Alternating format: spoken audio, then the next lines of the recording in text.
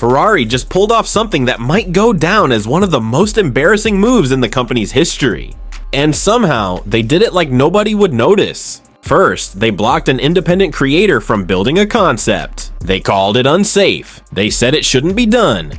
But then something strange happened, because not long after shutting it down, Ferrari quietly went ahead and built the exact same idea themselves. Same concept, same direction, only this time it had full factory approval.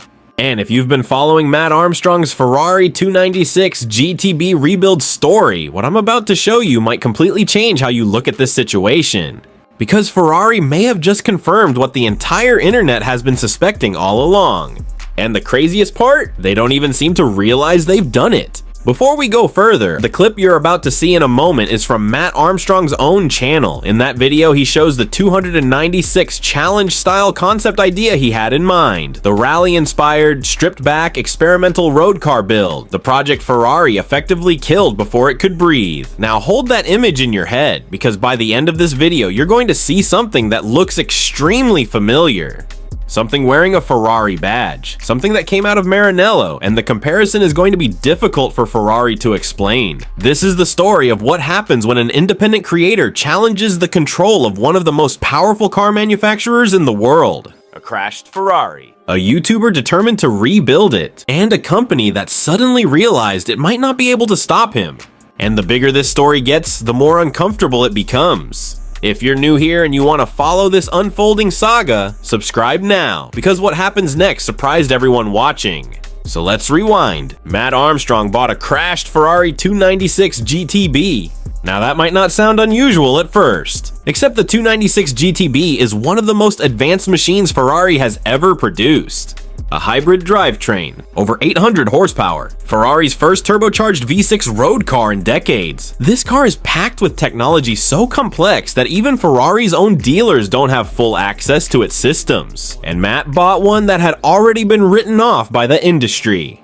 Damaged, crashed, declared a total loss. But instead of sending it back to Ferrari, he decided to rebuild it himself, outside their network, outside their approval, and completely outside their control. His goal was to go further than just a standard rebuild. He wanted to turn the 296 into something different, a challenge-style road car, a rally-inspired concept, something that proved a modern Ferrari, one of the most technologically complex road cars ever built, could still be rebuilt, modified, and reimagined by someone outside the factory. The idea was straightforward on paper. The execution was about to become a war. Ferrari reportedly refused to recognize the car in their system. When the software tools tried to communicate with the vehicle's architecture, the car effectively didn't exist as far as Ferrari's network was concerned. No official support, no parts recognition through approved channels, no pathway to activate the hybrid system through legitimate Ferrari infrastructure. The modification concept, the challenge build, the rally-style reimagining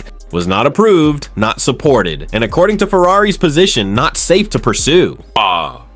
And just like that, Ferrari shut the door. But here's what makes this more than just a technical disagreement. Ferrari didn't simply decline to help, they dismissed the entire premise. They positioned the idea as something that shouldn't exist. A modern Ferrari built outside their walls, modified outside their vision. That wasn't just unsupported. According to their stance, it was wrong. It was dangerous. It was something Ferrari would never endorse. Matt didn't give up easily. He spent months trying to find a way through. Different diagnostic tools, different software approaches, different conversations with people who work adjacent to Ferrari systems. Not because the car was physically broken, because Ferrari decided who gets access, and independent rebuilders were not on that list. Think about what that means for a moment. Matt Armstrong had legally purchased this vehicle. It was his car. He owned the chassis, the body, the engine, the wheels, every physical component. But the software that made it run, the nervous system of a car he paid for, that still belonged to Ferrari. Ownership of the machine without ownership of what makes it function. That is the contradiction sitting at the center of this entire story.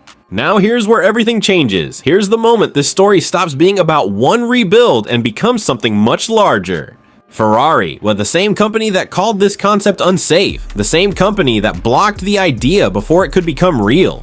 Ferrari is now experimenting with variants of the 296 platform that look remarkably similar to what Matt had in mind. Track-focused, stripped back, conceptually aligned with the challenge-style direction Matt was pursuing, and they're doing it with factory resources, factory engineers, and factory approval. Because when Ferrari does it, it's not unsafe anymore. When Ferrari does it, it's innovation. When Ferrari does it, it becomes a press release, not a problem.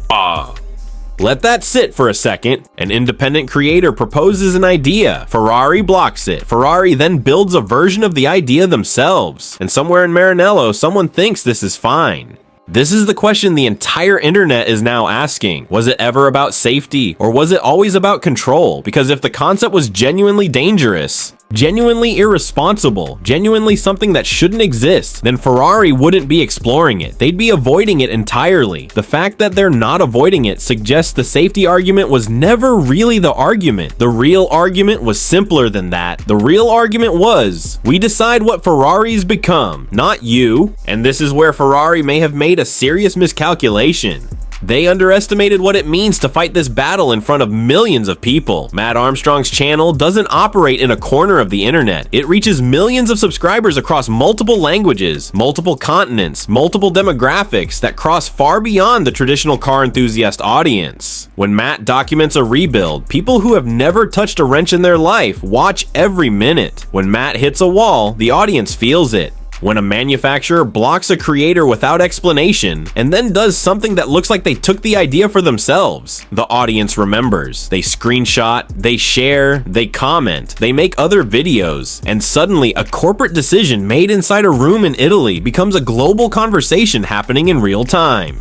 What does Ferrari do next? Because right now they have a problem with no clean exit. If they acknowledge the similarity between Matt's concept and what they're developing, they validate his idea and implicitly admit the safety argument was overstated. If you buy a Ferrari, if you hand over €250,000 or $500,000 or more, what exactly do you own? You own the metal, you own the leather, you own the carbon fiber and the exhaust note and the badge. But the intelligence of the car, the software that decides how power is delivered, how the hybrid system operates, how every system talks to every other system, Ferrari still holds the keys to that. They can decide whether your car is recognized. They can decide whether your car functions. They can decide whether an idea you have for your own property is approved or blocked. Ferrari may have thought this was a story about one creator, one car, and one rebuild that didn't go according to plan. But that's not what this is anymore. This is a story about who controls the future of car ownership. This is a story about whether manufacturers can use software and system access to maintain permanent authority over vehicles they no longer possess. And the story is not finished, not even close. So I want to know what you think. Drop it in the comments right now. Did Ferrari cross the line here? Is this about safety or is this about control? And more importantly, if you own a car, do you think you should have the right to do whatever you want with it? Let the debate begin, because Ferrari is watching this comment section too, and the next move in this story could come from anywhere.